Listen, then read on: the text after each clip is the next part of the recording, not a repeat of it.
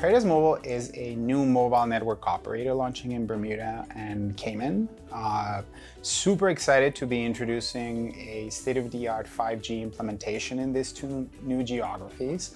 We're very heavy on cutting-edge innovation and specifically how do we create an environment that allows us to really explore this whole thing about 5G and what does that mean? So not a buzzword, but actually how do I actually transform that into business value for both Bermuda and Cayman. We're a technology company.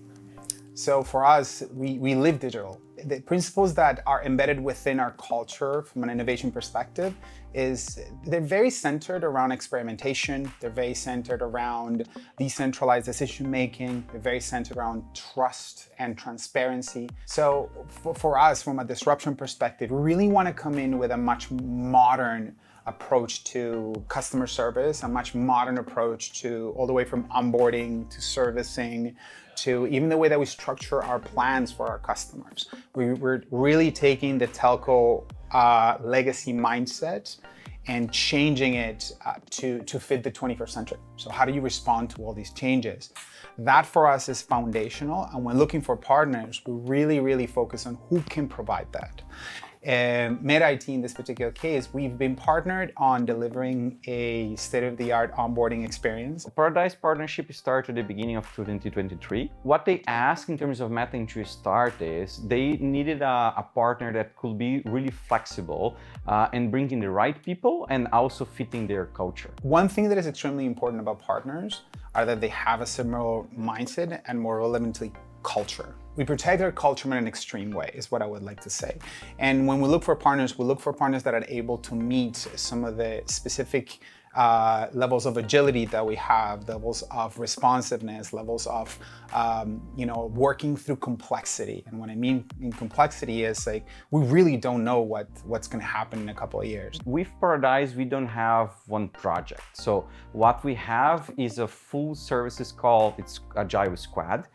So what we have with them, it's really a setup of team that they can customize. That allows us, of course, to start implementing all the IT services, start helping them building what they need to launch the company in terms of the onboarding process for new clients, in terms of portals they need, what they call My Paradise. So we are using Open Run in our solution. The great thing is that it gives us a lot of flexibility because we can grow at the speed of software company by leveraging cloud technologies, by leveraging Open RAN principles, by leveraging what that whole ecosystem brings into play, rather than closed source technologies, and a much longer procurement process that would really inhibit our ability to respond in markets like this. The core offering by Meta has been focused on providing us with full cross-functional pods for agile delivery.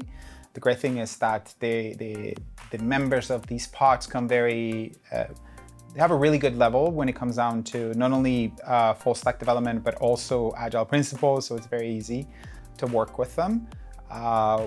We've worked together to level up, some of these practices to kind of match the way that we work internally, but been extremely receptive.